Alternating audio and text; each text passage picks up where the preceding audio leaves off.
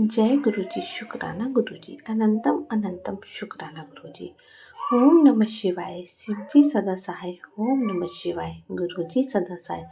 जय गुरुजी संगत जी, जय गुरुजी। संगत जी, आज गुरुजी तुमसे बहुत प्रसन्न है। जो चाहते हो वह उनसे मांग लो। वो परम पिता परमेश्वर बहुत दयालु है। परमात्मा तुम्हारे आध्यात्मिक पिता है और सभी जीव उनकी संतान है। साथ ही परम पिता सदा ही ज्ञान, गुणों और शक्तियों का असीमित सागर है। इस शाश्वत संबंध के कारण हर बच्चे को परमात्मा की विरासत प्राप्त करने का अधिकार प्राप्त है।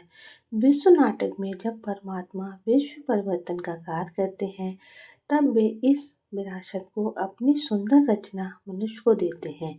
इसी कार्य को करने के लिए संसार में परमात्मा का ये दिव्य अवतरण ही शिवरात्रि के रूप में मनाया जाता है।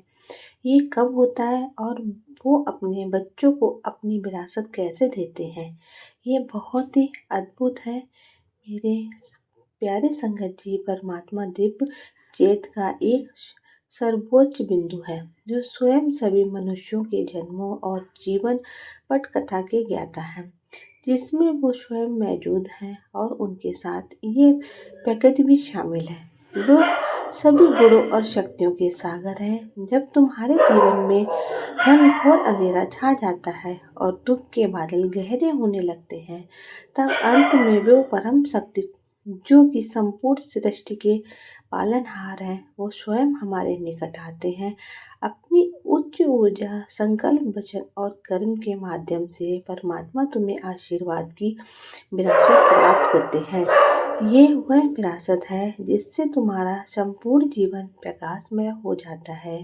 ये आशीर्वाद तुम्हारी आत्मा को आंतरिक रूप से पूर्ण बनाती है और इस आंतरिक पूर्णता के साथ व्यक्ति अपने आध्यात्मिक गुणों को भी पहचान पाता है। संगत जी, जब तुम सद्गुणों से भरपूर होते हो, तो वो परमपिता परमेश्वर ही हैं, जो हर परिस्थितियों में तुम्हारा साथ देते हैं। तुम्हारे मन की शांति, बुद्धि की भी स्थिरता, अच्छे संस्कार, उत्तम स्वास्थ्य, धन संपदा और श्रेष्ठ संबंध तुम्हें प्राप्त होते हैं। इसके साथ ही तुम कई प्रतिभाओं और कौशल से भरपूर हो जाते हो, जिसके कारण तुम्हें जीवन में अद्भुत सफलता मिलती है। परमात्मा के आशीर्वाद से तुम्हारी अंतर आत्मा की आंतरिक भरपूर के साथ ही साथ भौतिक स्तर की भरपूर को भी आकर्षित करते हैं।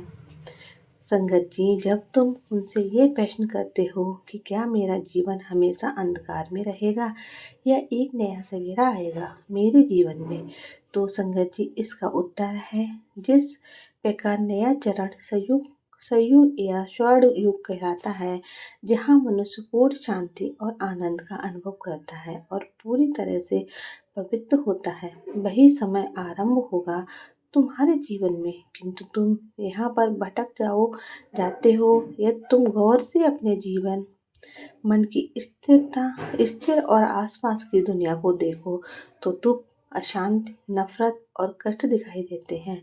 तब तुम इसी को अपनी स्वाभाविक वास्तविकता मान बैठते हो। इसे कलयुग की पराकाष्ठा कह सकते हो, ये मानते हुए कि संसार अपनी निम्नतम स्थिति में पहुंच चुका है। लेकिन क्या यही अंत है या फिर परिवर्तन की कोई आशा है? तो जहाँ आस है वहाँ परमात्मा का वास भी है। परमात्मा का अपने जीवों के प्रति वचन स्पष्ट है कि जब जब धर्म की हानि होती है और जब दुख अपनी चरम सीमा पर होता है, तब मैं स्वयं अवतरित होता हूँ। इसका अर्थ ये है कि जब अज्ञान और पीड़ा चरम पर पहुँचती है, तब स्वयं ईश्वर हमें जागृत करने और हमें पवित्रता और शांति के नए युग की ओर मार्गदर्शन देने आते हैं। संगत जी, तुम्हारे हर एक प्रश्न का उत्तर तुम्हारे भीतर ही छुपा है। तुम्हारे मन में, तुम्हारी पवित्रता में और तुम्हारे अतुल्य भक्ति में। जिस प्रकार से रात के बाद सुबह होती है, वैसे ही तुम्हारे दुखों की हर गहरी रात के बाद नया सवेरा भी आएगा। लेकिन ये परिवर्तन अपने आप नहीं होगा, किंतु स्वयं अपने संस्कारों को बदलकर अपने जीवन में स्वर्णिम युग लाना होगा। जिस प्रकार सूरज की पहली किरण रात के अंधकार को तोड़ती है, उसी प्रकार पहला आध्यात्मिक ज्ञान हमें जागृत करता है। जिस क्षण तुम्हें ये अनुभव होता है कि तुम प्रभु की का योजना में सिर्फ एक निवृत्त मात्र ही हो, उसी क्षण से प्रकाश का स्वास्थ्य अस्तित्व तुम्हारे भीतर जागने लगता है। तुम्हारा मन, धन, पद, प्रतिष्ठा केवल बाहरी पहचान है, लेकिन तुम्हारी वास्तविक पहचान एक शांत प्रेम पूर्ण और पवित्र आत्मा की है। ये पहली अनुभूति तुम्हारी बुद्धि को ज्ञान के प्रकाश से भर देती है और तब ईश्वर जीवन को ज्ञान का प्रकाश देने आते हैं। संगत जी, तुम्हारे मन और कर्म की पवित्रता ही तुम्हें परमात्मा के करीब ले जाती है। इसीलिए इन कुछ बुराइयों से सदा ही दूर रहना उचित होता है, जैसे क्रोध, घृणा, ऐसा ईर्ष्या और अहंकार को छोड़ देना चाहिए। सदा अपने प्रति प्रेम और सम्मान का भाव रखना चाहिए। सात्विक, शुद्ध और शाकाहारी भोजन ग्रहण करना चाहिए। हर कार्य को धर्म और सत्यता के आधार पर करना चाहिए और हर एक कार्य को प्रभु की इच्छा मानकर करना चाहिए। जब मनुष्य पवित्रता को स्वीकार करता है, वो स्वाभाविक रूप से उसकी बुद्धि परमात्मा की ओर जाने लगती है। तब ध्यान में बैठने का संघर्ष समाप्त हो जाता है, क्योंकि पवित्रता ही ईश्वर के समीप ले जाती है। तुम उपवास करते हो, किंतु भावना के बराबर होता है।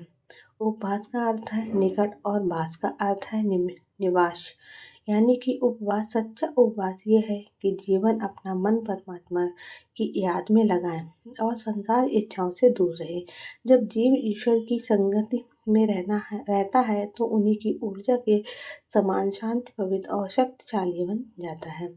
तुम्हें ये पहचानना चाहिए कि परमात्मा तुम्हारे बहुत निकट आ चुके हैं और तुम्हें अपने दिव्य आशीर्वाद के साथ मार्गदर्शन दे रहे हैं, लेकिन करोड़ों में से केवल कुछ ही लोग उन्हें पहचान सकते हैं। परमात्मा को पहचानने का सबसे सरल तरीका है उनके द्वारा दिए गए ज्ञान रूपी अमृत को धारण करना।